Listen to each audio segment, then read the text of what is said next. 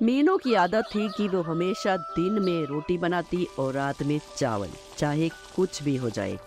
वो कभी राजमा चावल बनाती, कभी दाल चावल, कभी पुलाव तो कभी खिचड़ी, लेकिन चावल तो वो रात को हमेशा बनाती ही थी।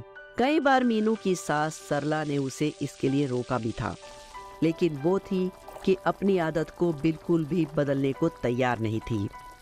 बेटा मीनू, आज खाने में क्या बनाया है? बाबूजी, आज चावल बनाए हैं मैंने। आज फिर चावल बना लिए। मीनू बेटा, तुझे पता है ना मेरे घुटनों में दर्द है और हर रोज रात को तुम चावल बना लेती हो। दिन में बना लिया करो बहू, ताकि मैं भी कुछ थोड़े चावल खा लूं। अच्छा चल, अब एक काम कर, मेरे लिए तो तू रोटी ही बना दे। माँ जी, आटा खत्म हो गया है, अब और गूंथना पड़ेगा। गूंथा हुआ आटा भी नहीं है, आप चावल ही खा लीजिए। अच्छा चल, कोई बात नहीं, जो बनाया है वही दे दे।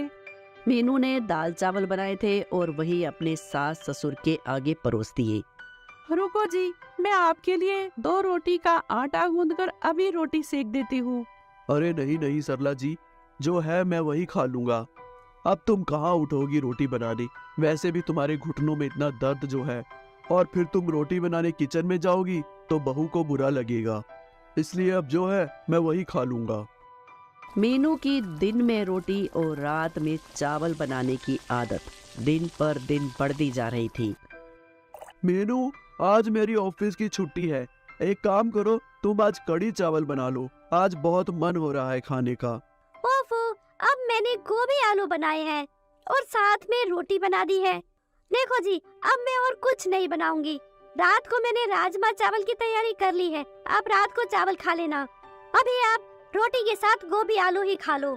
तुम सही हो भाग्यवान, जब देखो बस अपनी मर्जी चलाती हो। मेरा अब चावल खाने का मन है और रात के लिए तो मैंने मटर पनीर की सब्जी सोच रखी थी, और तुम हो कि राजमा चावल की प्लान करे बैठी हो। ये क्या बात हुई जी? आप जानते हैं ना कि मैं दिन भर काम करके थक जाती हूँ, इसलिए मैं हर रोज रात को चावल ही बनाती हूँ। मुझसे नहीं बनती रात में रोटियाँ। अच्छा अच्छा ठीक है, जो मन करे वही बनाओ। अब जो बना है वही ला दो। मुझे माँ को डॉक्टर के पास ले जाना है, बोल रही है कि कई दिनों से घुटनों में दर्द है। सरला की तबीयत ठीक नहीं थी, इसलिए उसका बेटा विनोद उसे डॉक्टर के पास ले जाता है। देखिए माँ जी, उड़द की दाल, भिंडी, चावल, दही वगैरह ये सब चीजें आपको नहीं खानी चाहिए। आप इन सब चीजों को कुछ समय के लिए बंद कर दीजिए। लेकिन डॉक्टर साहब, मैं तो कोई भी ठंडी चीज नहीं खाती हूँ। बच्चे कई बार ठंडे आइसक्रीम या दूध वगैरह लेने को बोल देते हैं, लेकिन मैं अवॉइड ही करती हूँ, क्योंकि इससे मेरे घुटनों में दर्द बढ़ जाता है ना। हाँ माँ जी, और कुछ दिन के लिए रात को चावल खाना भी आप बंद कर दीजिए। मैंने कुछ दवाइयाँ लिख दी हैं, आप समय पर लेते रहना। सरला विनोद के साथ घर आ जाती है। मीनू, डॉक्टर साहब ने माँ को कुछ चीजें खाने के लिए मना किया है, उनमें चावल भी है। अब तुम हर रोज रात को चावल मत बनाना, ये सब चीजें माँ को नुकसान देती है। तुम माँ के लिए रोटी ही बना दिया करो। ठीक है जी, बना दूंगी, पर आज मैंने अभी चावल ही बनाए हैं। आज तो सब लोग यही खा लो। मीनू, माँ बाबूजी को चावल रात को सूट नहीं करते हैं, तुम उनके लिए रोटी ही बना दो। मीनू गुस्से से पैर पटकते हुए बुड़बुड़ाते हुए रसोई में चली जाती है। जब देखो मेरा काम ही बढ़ाते रहते हैं। रोटी बना दो, रोटी बना दो। जब मीनू रसोई में जाती है तो देखती है कि उसकी सास वहाँ पर पहले से ही रोटियां बना रही थी। अरे माँ जी, आप क्यों रोटियाँ बना रही हैं? अब आपको यहाँ पर ये देखेंगे तो मुझे गुस्सा करेंगे। कोई बात नहीं बहू, तुम भी तो पूरा दिन काम करके थक जाती हो ना। 2-4 रोटी मैंने सेक दी तो इसमें क्या हर्ज है। मैंने बाबूजी के लिए और अपने लिए रोटी बनाई है, तुम्हें भी खानी है तो 2 रोटी तुम्हारे लिए भी बना दूं क्या?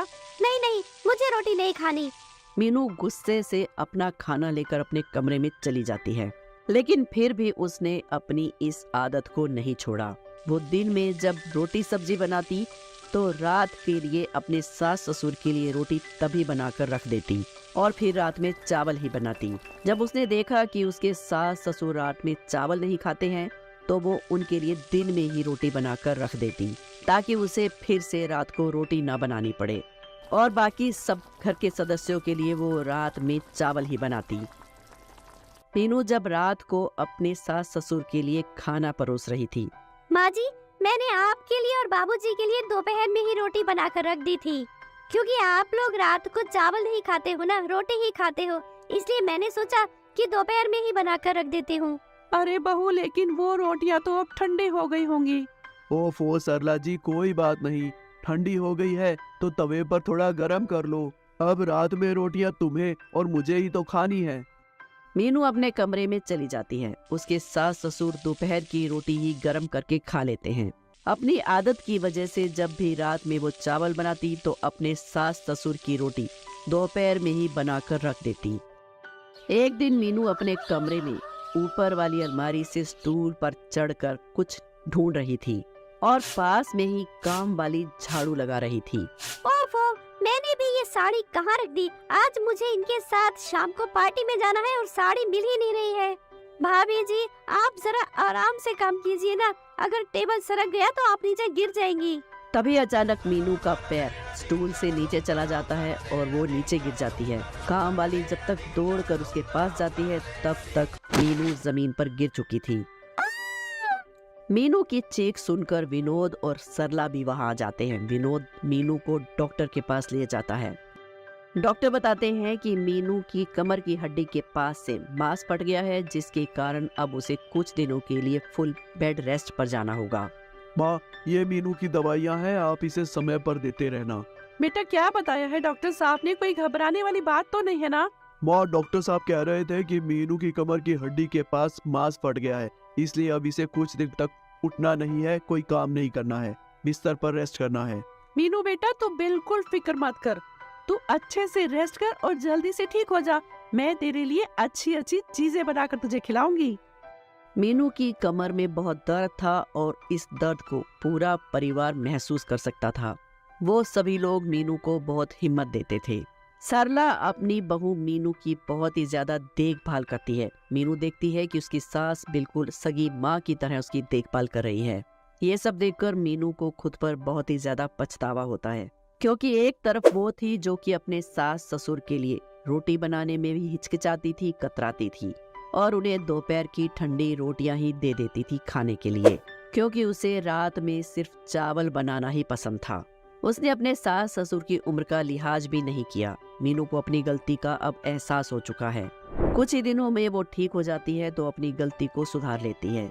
अब वो रात में जब भी चावल बनाती तो अपने सास ससुर के लिए गर्मा गर्म गोल गोल रोटियां बनाती, ताकि अगर उसके सास ससुर चावल ना खाना चाहे तो वो गरम गरम रोटियां खा सके।